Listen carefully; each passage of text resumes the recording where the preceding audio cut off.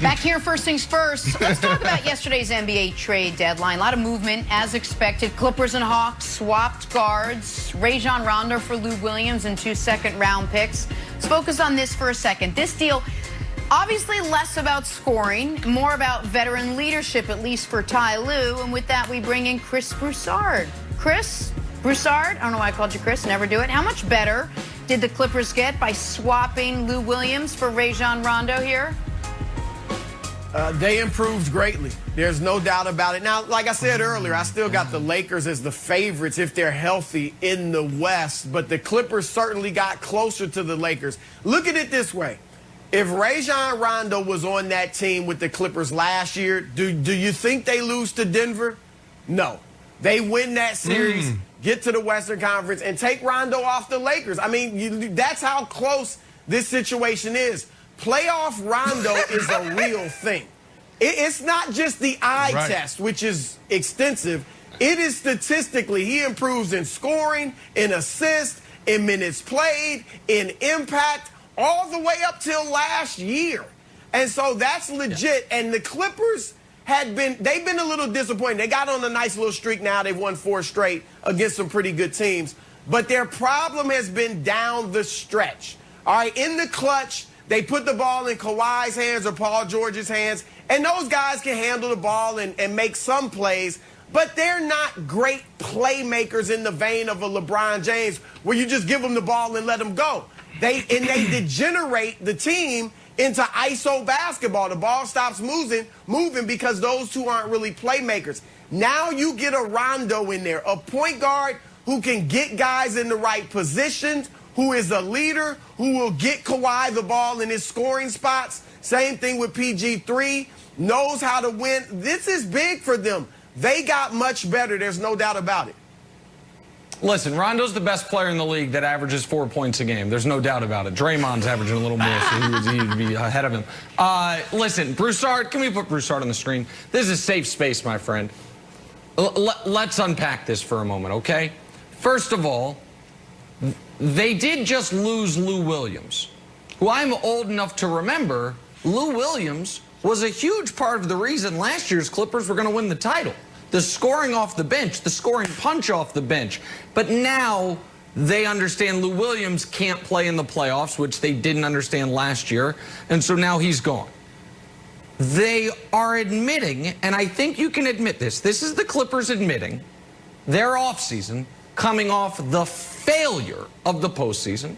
Their offseason was a failure because they could have gotten Rajon Rondo in free agency. They didn't. Instead, they decided giving Luke Kennard $64 million made a lot of sense and give Marcus Morris $64 million and ignore the free agency spot.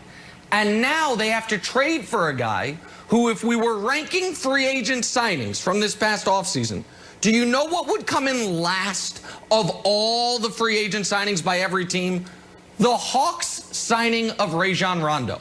And they're now tied to Rondo for next year as well. And what, you disagree? You think the Hawks like that signing? The 2 years around $30 million they gave Rondo for the 4 points in 27 games he's played? You think they like it? That was a good signing? They do it again? Or no? It was a disaster for them, and they're getting off of it. I'm just curious. And the only hope is he can recreate what he did for 2 rounds in the playoffs last year, right? Because we have no evidence in the regular season he's been a good player in 6 years. I'm just asking, is anything I said wrong? You look perplexed, but I think everything I just said there is an accepted fact. Tell me what's wrong. Tell me. A lot wrong. You're poo-pooing he doesn't get it done in the regular season at an older age. But that's my point. In the playoffs, he improves every year. And Lou Williams was having his worst season in about 7 years, Nick. Come on, stop that. And like you said, you can't play him in the playoffs. You can't play him at the end of games because opponents hunt him. You know this. Yeah, I agree. If Rondo had gone to the Lakers, you'd be praising the move. I wouldn't. I mean, Rondo is going to help. I just have to follow up real quick. I'm not saying he's Kyle Lowry. Real quick. I'm just saying he's going to help. I got to follow up real quick. So the Hawks, so Lou Williams having his worst year. You can't play him at the end of the games. He's 35, 36 years old, right? That's Lou Williams. And that is the best the Hawks could get for Rajon Rondo, which makes me think maybe Rondo isn't this infinity stone, end-of-game solver you're making him out to be. If the best you can get is Lou Williams and 2 second-round picks, maybe Rondo's on a bad contract averaging 4 points a game and not a lot of teams wanted him. Maybe. Maybe that's Why the case. didn't you use that same logic for Victor Oladipo? No, this is... And every situation is different, Nick. Come on. I'm with you here, Chris. Nick, you play Texas Hold'em. You play poker, right? So let me ask you this question. If you're dealt pocket aces, okay, and then on the flop you got aces that hit ace, ace, and let's say a 10. Yeah. And then what you're probably going to do is probably go all in, right? We're talking about situation. Sure. Towards the end of the game, you don't have a lot of money. You'll probably go all in. You're pot committed.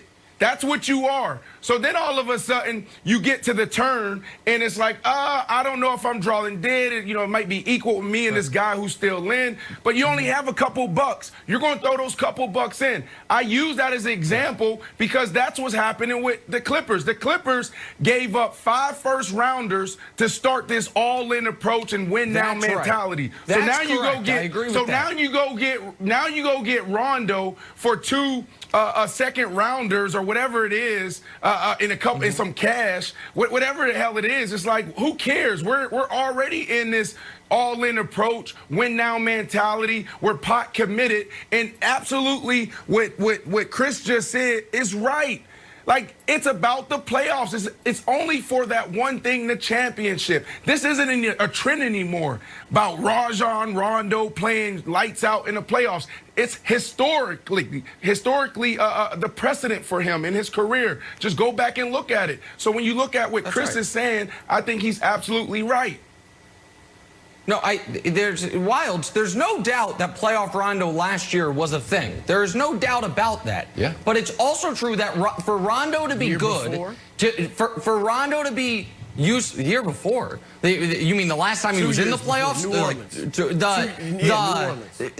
With New Orleans. He was good for 1 round with New Orleans and then bad in the 2nd round. He was shockingly, Rajon Rondo had an easy time on the offensive end against the Blazers. Spoiler alert, every team that's ever played the Blazers in every round of the playoffs had an easy time offensively because they're horrific defensively and always have been. But Wilds, Rondo, in order to be useful for the Lakers last year, needed to be about 50% better in the playoffs than the regular season. For him to be useful, he has to be about 300% better. He is this year so far, one of the worst players in the league. He's way worse than he was with the Lakers. As an added benefit, though, the one thing he's maintained from his time with the Lakers is he's hurt all the time still. The idea that Rondo is the big move you made to solve your point guard thing strikes me as a little, call it overly optimistic. I know, but Nick, have you ever talked to your parents or your wife and they say something that you were thinking? You're like, wow, how'd you know that? And they say, well, I know you better than you know yourself. That's what your friend Chris Broussard just did. Broussard said it perfectly, that if you guys, the Lakers, somehow got Rondo, we would be here like, oh, I'm old enough to remember when Rajon Rondo gave us 19 points in 30 minutes to clinch a ring. And guess what, Broussard? I'm old enough to remember when Avery Bradley started 44 games. And guess what, everybody? The Lakers are back. The championship Lakers are back in business. Here's the problem with that. Except the problem is, Broussard and you and Jenna and Brandon, you don't have to do a hypothetical. How would Nick react if Rajon Rondo played for the Lakers? What would Nick be saying? He should be a coach. He shouldn't play. I don't like him as a player. I'm shocked by what he's doing in the postseason. I said all of those things. Don't act like my Rondo opinion has changed because he's wearing a different Los Angeles uniform. You guys all know I've been consistent on this point, but I'm excited. If you were going to add somebody whose averages 4 points per game, he's definitely one of the top 2 or 3 guys I would add. Show him love. He got There's no question about it. Show him love. He got